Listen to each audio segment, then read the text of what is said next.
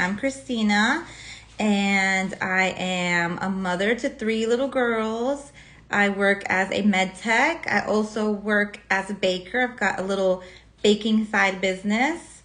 And then I am doing this little financial coaching on the side because a few years ago I found myself with $50,000 of debt, and I worked very hard to get out of that and to get in a better place, and I am in one now. And so I kind of want to share the things that I've learned and done, so I could help other people. And I've done a couple of classes now, and I'm going to continue doing it because a few people have reached out and told me that they've taken action and done some of the steps that I've suggested, and it's helped them out. And so it is making a difference, even if it's just helping one person.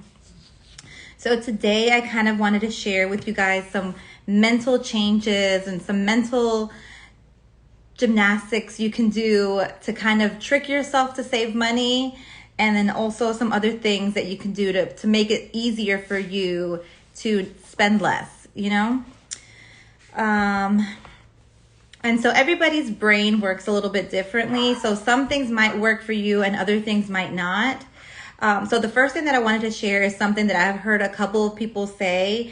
And so that's when you're out shopping, or when you're out and you have the opportunity to buy something, but it's not a necessity. It's something discretionary because, you have to pay your mortgage every month. You have to pay your water bill, your light bill. You know what you have to pay, and then everything else is kind of extra, discretionary. And so when you're out and you find yourself wanting to purchase something, think to yourself, would I rather have this item, or would I rather have the money in hand? And so if you would rather have the money in hand, if somebody gave you the choice of, I can give you this shirt or I can give you $20, what would you pick? If you would pick the $20, then you should put the shirt back and keep those $20 in your pocket, because that's essentially the decision that you're making when you buy that, and it adds up. And especially for bigger ticket items, would you rather have a new TV when your old TV is just fine? Or if somebody was offering you $300-400, would you rather take those $300-400? So I think when you think about things that way, it might kind of help you to not purchase those things that are really not necessities, especially if you have a goal to pay off debt, or you're saving up for a home, or saving up for a trip or something else. It kind of helps put things into perspective. And then another thing that you can do, which is what I did, because to me, my time is so valuable. Time is something you can make more money. You can do so many things, but you're never going to get the time back. And especially with me having the 3 girls, I just want to spend as much time with them as possible.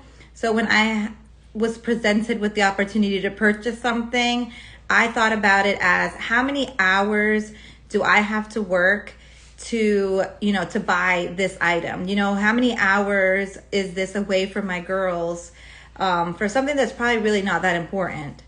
And so that's what kind of helped me to not purchase some of the things, just thinking about it in terms of time.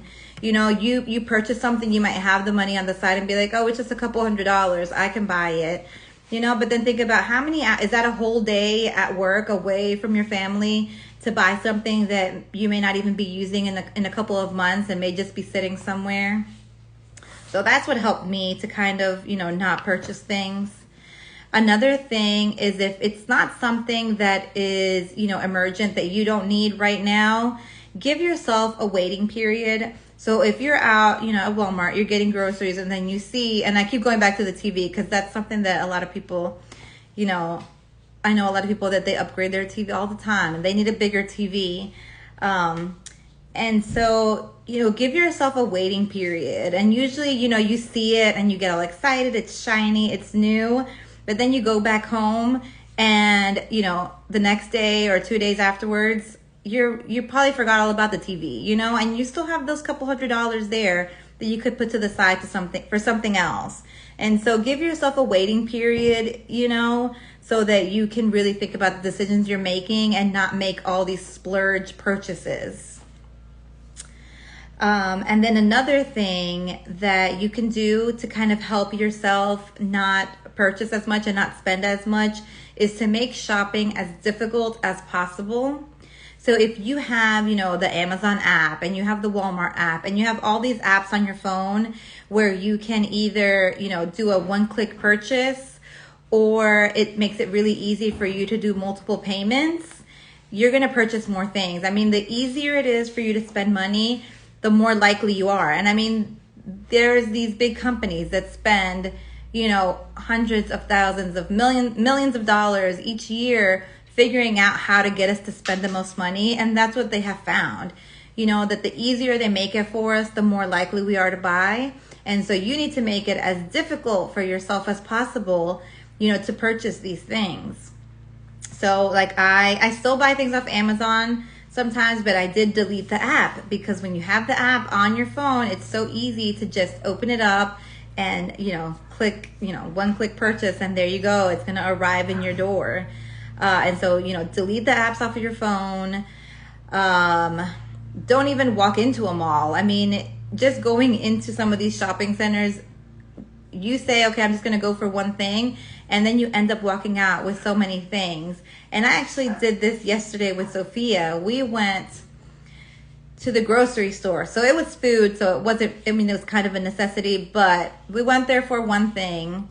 We didn't even get, a cart. We just got a little basket, and a few minutes later, the basket was full, our hands were full, and we were headed to the checkout, and I said, wait, that we were there for, we had totally forgotten to get it. And so we were about to leave and pay and spend all this money on things that we weren't planning on purchasing, and we forgot the thing that we were there for. And I'm sure a lot of people have done that, going to Target. You go in for one thing and then you leave with a big cart full, and then sometimes you forgot the thing that you went there for. So also make a list, especially if you're a very forgetful person, because they know how our brains work. They put things at eye level that they want us to buy.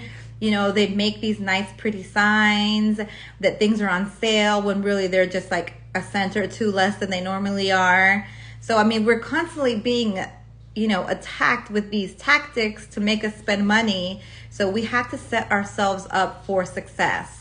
So, make it as difficult as possible. Make sure that you have a list. And then if you can, give yourself a waiting period. And if not, then, think about it in terms of your time or your money that you are giving up to purchase these things that a lot of times people just end up accumulating, and then they end up putting up a yard sale and just giving these things away for pretty much free when you're still, in debt, and you still have all of these goals that you're trying to achieve, and you're just putting them further and further away. So those are kind of the suggestions and the things that I think were helpful for me. I've heard others say they were helpful for them. So I hope you find them helpful for you as well. So let me know if you have any questions. Feel free to comment and, give any suggestions for anybody else. Well, I hope everybody has a really great night, and thank you for giving me, a few minutes of your time.